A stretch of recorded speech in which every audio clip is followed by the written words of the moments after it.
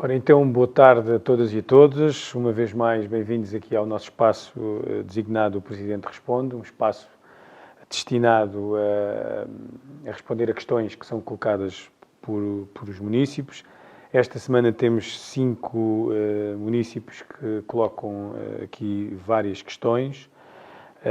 A primeira é da Ana Martins, e que se prende com a central fotovoltaica, neste caso já não é de São Domingos, mas do Cercal do Alentejo. Eu estou a dizer de São Domingos porque foi já um tema bastante abordado noutras edições. E a questão colocada, bom dia, Sr. Presidente, temos tido conhecimento da construção de uma central fotovoltaica ao redor do Cercal, nesta freguesia, em sítios como o Espadanal, Catifarras, etc. E pergunta se não há um parecer à população, que impacto ambiental é que irá ter, sendo um sítio pequeno, com uma população tão criteriosa, havia necessidade de explicar e apresentar mais os passos que vão sendo para melhorar ou não a nossa freguesia. Pronto. De facto, esta matéria das centrais fotovoltaicas tem sido um tema que tem estado na ordem do dia, não apenas aqui em Santiago do Cacém, mas se calhar em particular em vários municípios no Alentejo. É conhecida a intenção de cada vez mais nós caminharmos para a produção de energia renovável e obviamente que a energia solar, através dos painéis solares, são um dos veículos para se atingir esse objetivo. Tem vindo a haver várias pretensões de centrais fotovoltaicas e no caso aqui em concreto desta do Cercal, que a Ana se refere, dizer o seguinte: é um processo que terminou precisamente, ou termina hoje, a consulta pública no âmbito da avaliação de impacto ambiental. A Câmara foi chamada a pronunciar-se e emitiu um parecer já há alguns dias atrás. E nesse mesmo parecer a Câmara levanta um conjunto de preocupações relativamente ao projeto, nomeadamente a proximidade à própria Vila do Cercal, também questões que se prendem com o abate, nomeadamente de alguns sobreiros, as questões também de impacto visual, que na nossa opinião também tem que ser minimizado. Não vou estar aqui a detalhar todo o parecer, mas dizer que nós acompanhamos um conjunto de preocupações que as próprias pessoas também levantam. Decorreu na passada sexta-feira, promovida pela Agência Portuguesa do Ambiente, uma reunião no âmbito da discussão pública. Sei que essa reunião foi convocada muito em cima, mas tendo em conta que o prazo terminava hoje, foi, digamos, o possível ser feito. No entanto, do ponto de vista da Câmara, e é bom que as pessoas entendam isto, tal como já eu referi relativamente à Central do Cercal, a Câmara Municipal não é a promotora do projeto, não anda de braço dado com o projeto, como alguns às vezes tentam fazer passar essa ideia. Inclusive, o processo de licenciamento não entrou ainda na Câmara. Informar também que a atividade de produção energética é licenciada pela Direção Geral de Energia. A informação que tenho é que já haverá licença para esta central. Neste momento, como disse, decorreu, ou termina hoje, penso que é hoje que termina, o prazo de discussão pública no âmbito da avaliação de impacto ambiental. A Agência Portuguesa do Ambiente é quem tem a competência de condução deste processo. Irá seguramente, no final, ouvidas todas as participações, emitir um parecer, que a Câmara, obviamente, aguardará pelo mesmo e após o conhecimento desse parecer, tomaremos uma posição relativamente a isso. Já agora dizer que a Câmara, do ponto de vista daquilo que é a sua competência legal, se o projeto cá entrar, e repito, ainda não entrou, o que entrou foi um pedido de informação prévia há algum tempo atrás, que ao fim e ao cabo tentar perceber que regras de instrumentos de ordenamento do território estão previstas para aquela área, mas se o processo de licenciamento cá entrar, a Câmara, obviamente, no quadro da sua competência, irá apreciar, em termos, repito, daquilo que são os instrumentos de ordenamento do território municipais, e depois pode ou não ser aprovado num enquadramento legal. Ou seja, não está no livre-arbítrio da Câmara aprovar ou reprovar, só porque o Presidente da Câmara e os vereadores, pelo que a Câmara acha que o projeto é bom ou acha que o projeto é mau. Não. Nós fazemos dentro de um quadro legal. E por isso, se cá chegar cá o projeto, nós avaliaremos a esse nível. Depois temos, naturalmente, também, poderemos ter uma posição política que é, independentemente do processo, poder, do ponto de vista legal, até merecer um parecer favorável, no âmbito das competências da Câmara, nós, politicamente, termos uma posição eventualmente contrária ou não, mas essa só a tomaremos após conhecermos os dados todos em cima da mesa, nomeadamente aquilo que será o parecer da APA no que respeita, que resulta, aliás, que sairá daquilo que foi a discussão pública e a participação das várias entidades no âmbito da avaliação de impacto ambiental. A segunda questão é do Hermenegildo Ataíde, que já tinha colocado, salvo erro, há 2 semanas atrás, a mesma questão, agora levanta, na sequência da resposta que lhe foi dada, levanta aqui várias questões, nomeadamente porque, digamos que o que ele pergunta tem a ver com as caixas do correio que estão nos passeios das algas, mas, no entanto, a Câmara certificou a morada como Rua do Mar,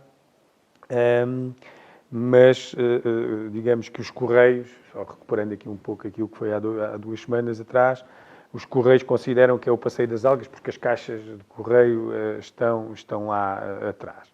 E por isso a pergunta é se as caixas de correio estão nas traseiras do prédio, por que razão a morada não deverá de ser à frente do mesmo, e neste caso a Rua do Mar. Para que serve então o código postal referente à Rua do Mar, se os CTTs não o reconhecem como local de entrega de respondência? E depois também pergunta, considerando a morada do Passeio das Algas, neste caso passaria a morar no primeiro esquerdo e no primeiro direito, que é exatamente onde mora. Isto depois também são, há ainda uma outra quinta pergunta de raciocínio, que é se houver um fornecedor de serviços, ou seja, de entrega de encomendas, mobílias, etc., ou mesmo até uma questão de bombeiros, dado que o Passeio das Algas não tem acesso para viaturas, teria que fornecer uma segunda morada de Rua do Mar. Isto irá originar, passaria a haver 2 moradas. Bem, vamos lá, nós tentar voltar a responder e clarificar uma vez mais. De acordo com a postura de toponímia municipal, cabe à Junta de Freguesia a colocação das placas de toponímia e os números de polícia aos proprietários. Sendo que a sua fixação deve ser efetuada na porta ou nos portões a abrir para a via pública. Ora, no caso em concreto, a parte do edifício cuja porta de acesso é feita pela Rua do Mar, efetivamente. O que acontece, como já referi, é que as baterias dos correios estão nas traseiras do prédio. E os CTT, obviamente, que entregam o correio nas caixas postal e não consideram a Rua do Mar, mas sim, digamos, a Rua das Algas. Obviamente que esta situação cria constrangimentos, nomeadamente até para efeitos de documentação oficial, como as finanças, registros, etc. Consideramos nós, Câmara, que o correto é, efetivamente, para esse efeito, a morada é a Rua do Mar. E aquilo que nós vamos fazer oficiosamente é contactar os Correios, explicando esta situação e até com uma sugestão que, porventura, a morada poderá passar a ser a Rua do Mar, bloco, ou seja, o número do prédio, e depois designamos caixa postal Rua das Algas.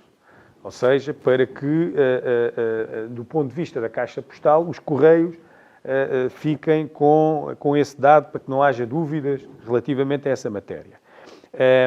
Nós vamos dialogar com o CTT, vamos explicar isto e esperamos que o CTT, naturalmente, acedam àquilo que é uma... Aliás, fui informado que esta situação não é única em Vila Nova de Santo André, haverá outras semelhantes. Já agora dizer que, relativamente à questão da certidão que a Câmara emitiu, ela foi isenta de taxas, ao contrário do que foi aqui dito. O que houve foi um pagamento relativamente às plantas que serviram para a instrução do próprio processo. Esse é que foi o custo. Em todo o caso, vamos tentar resolver esta situação que, repito, é constrangedora, em particular para as pessoas que lá vivem. Uma terceira questão, uma terceira município coloca três questões, aliás. Uma primeira tem a ver com uma situação que está a indignar a Ana Isabel Gonçalves.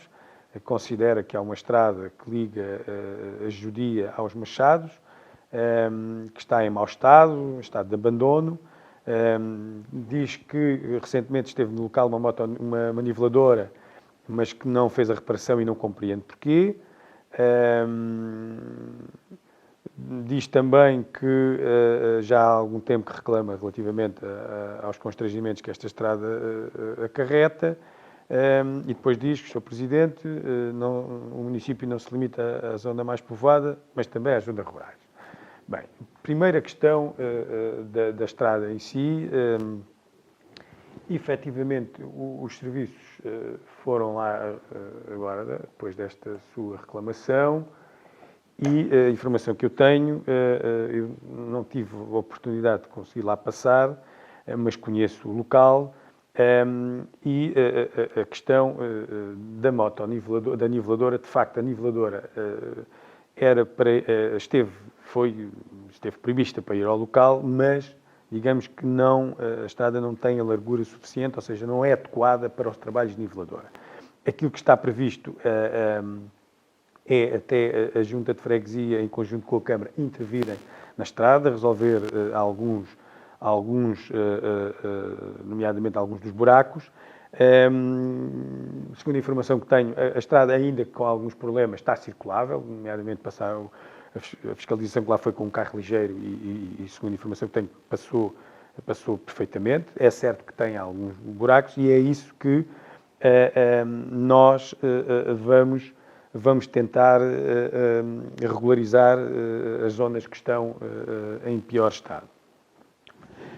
Quanto à questão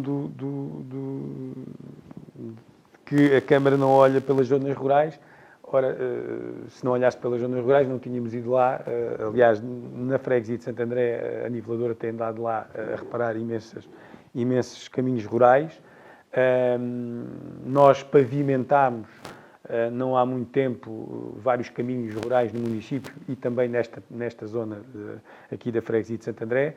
Lançámos um concurso público para pavimentarmos mais um conjunto de caminhos rurais que foi precisamente aprovado na última quinta-feira em reunião de Câmara. Estamos a falar de um investimento de 300 e tal mil euros e todo este investimento é só para caminhos rurais. E por isso, naturalmente, que a Câmara Municipal de Santiago Cacém tem uma política de investimento nas zonas rurais, nos lugares mais pequenos, seja nos caminhos, seja nas hectares, nos passeios, seja a vários níveis nós investimos nas cidades, nas vilas, nas aldeias e nas pequenas localidades e mesmo em zonas rurais, como no saneamento, na recolha do lixo, na água, a vários níveis. São vários os exemplos do investimento que a Câmara tem feito ao longo dos anos nas zonas rurais do concelho. A segunda questão tem a ver com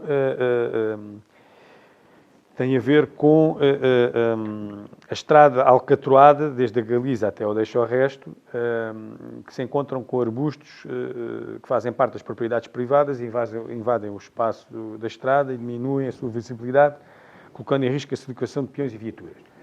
Ora, aqui está um exemplo de uma estrada que foi pavimentada, penso eu que não há muito tempo, que era em terra batida e neste momento foi pavimentada, julgo que ou na última ou na penúltima das empreitadas que fizemos para este efeito.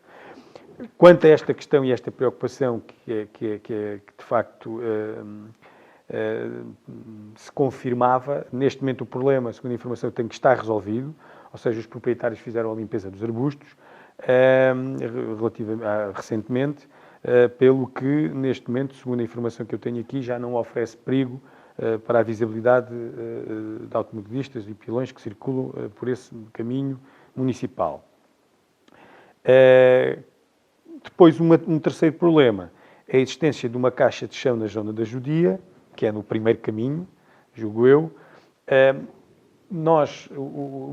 fiscalização foi lá, de facto confirmou a situação que a município coloca, que a Ana Isabel Gonçalves coloca.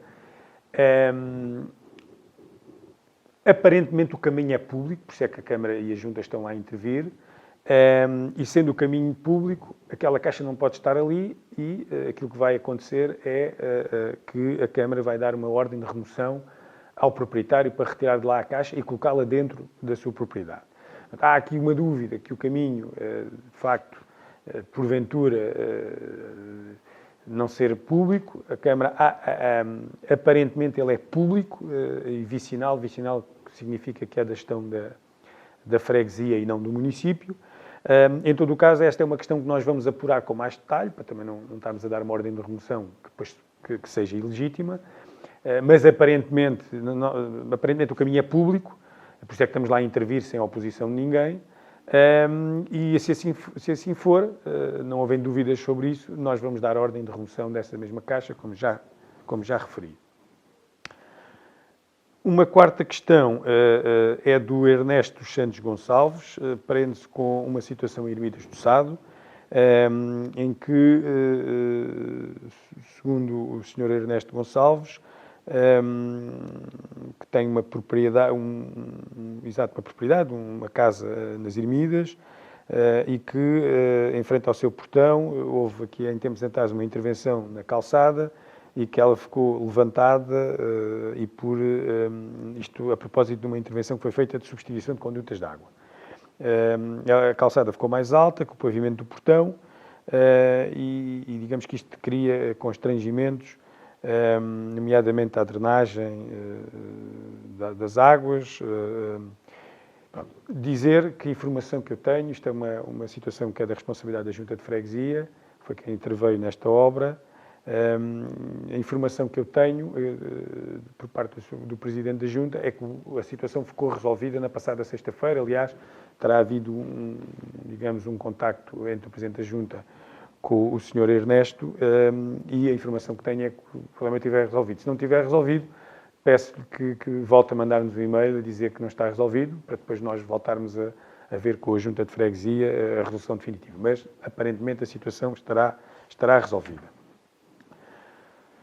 Por fim, a última questão é do Nelson Rodrigues, que diz que verifiquei que no Concelho, mais precisamente nas zonas industriais, muitas delas não estão devidamente alcatroadas, e depois compara a Sines, que têm previstos grandes investimentos, pergunta para quando esse mínimo será estabelecido. Em suma, pretende saber o devido atraso para este efeito, dado que a indústria necessita de acessos eficazes e eficientes para a sua modelo rodoviária. dizer o seguinte, naturalmente que as zonas industriais são fundamentais para o desenvolvimento do concelho e por isso mesmo é que no caso do município de Santiago Cacém nós temos 6 áreas de acolhimento de empresas, chamadas zonas industriais, em Vila Nova de Santo André, em Santiago do Cacém, no Cercal do Alentejo, em Ermidas do Sado, em Alvalade e em Val d'Água. Temos consciência que algumas delas têm problemas de infraestruturas, o caso da de Vila Nova de Santo André, que, aliás, eu também já expliquei aqui por uma outra ocasião, nós também temos um forte investimento para a requalificação e ampliação da chamada Zona Industrial Vila Nova de Santo André, um investimento de cerca de 2,5 milhões de euros. Nós lançámos um concurso público, eu já expliquei aqui, em 2019. Digamos que houve uma empresa que ficou, digamos, classificada em primeiro lugar. Nós íamos assinar o contrato, digamos, de empreitada e fomos notificados pelo Tribunal porque o segundo classificado intentou uma providência cautelar que nos impediu porque teve efeitos suspensivos e não pudemos assinar o contrato. Entretanto, nós contestámos essa providência cautelar. O Tribunal Fiscal e Administrativo de Beja, na providência cautelar, acabou por dar razão ao município, à Câmara Municipal, salvo erro, em março, abril de 2020, já estávamos em plena pandemia. Entretanto, acabámos por assinar o contrato com a empresa com quem íamos inicialmente assinar, salvo erro, em julho de 2020.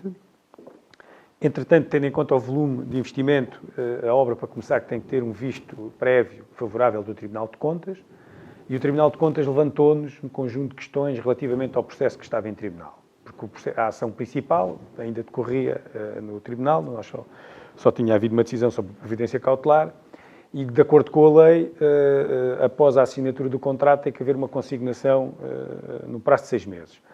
Se não houver, digamos que o empreiteiro tem o direito legal de desistir da obra. E foi isso que, infelizmente, veio a acontecer. Ou seja, passado 6 meses e um dia, a empresa vem dizer que já não tem interesse na obra e informar que não tem interesse na obra. Nós ainda tentámos ali uma solução de acordo com o segundo classificado, que depois foi aquele que meteu uma ação contra a Câmara porque queria fazer a obra, mas depois também também nos disse que não tinha interesse em fazer a obra. Isto significa que nós tivemos que lançar novo concurso público, tivemos que alterar o orçamento, porque, entretanto, percebemos que pelo valor inicial já não teríamos interessados. Tivemos que aumentar o valor, fazer alterações ao orçamento, nomeadamente na Câmara Municipal e na Assembleia Municipal. Já voltámos a lançar o concurso público, já houve a abertura das propostas, já estamos numa fase de erros e omissões e, tal como eu referi aqui há algum tempo atrás, se as coisas correrem relativamente bem e se conseguirmos obter o visto do Tribunal de Contas com alguma brevidade, que é um processo que normalmente leva uns 2 meses, eu creio que durante este ano, espero eu que outubro, novembro, a obra possa iniciar-se. E, de facto, é um grande investimento, como disse. Mas mesmo aqui também na zona industrial de Santiago Cacém, ainda recentemente fizemos ali alguns investimentos, neste caso por administração direta da Câmara. É certo que ali os problemas são também vários. Também estamos na expectativa de podermos ter financiamento comunitário, tal como conseguimos para Santo André, podermos eventualmente ter para Santiago do Cacém. Mas já agora dizer que, no que respeita, por exemplo, a Ermidas do Sado, a Alvalade e no Cercal do Alentejo, as zonas industriais estão totalmente infraestruturadas, penso eu que não há ali problemas maiores, pode haver um ou outro buraco, porque estamos a falar também sítios onde passam muitos carros pesados, como é natural. Na questão de Val d'Água, sim, é uma pequena zona industrial, tem ali também problemas vários, mas dizer que não é só em Sines que se perspectivam grandes investimentos, também aqui no nosso município perspectivam grandes investimentos, como também noutros que conseguiram financiamentos comunitários. Pronto, eu penso que globalmente respondi a tudo. Agradecer uma vez mais a participação de todas e de todos. E para a semana cá estarei novamente para poder responder.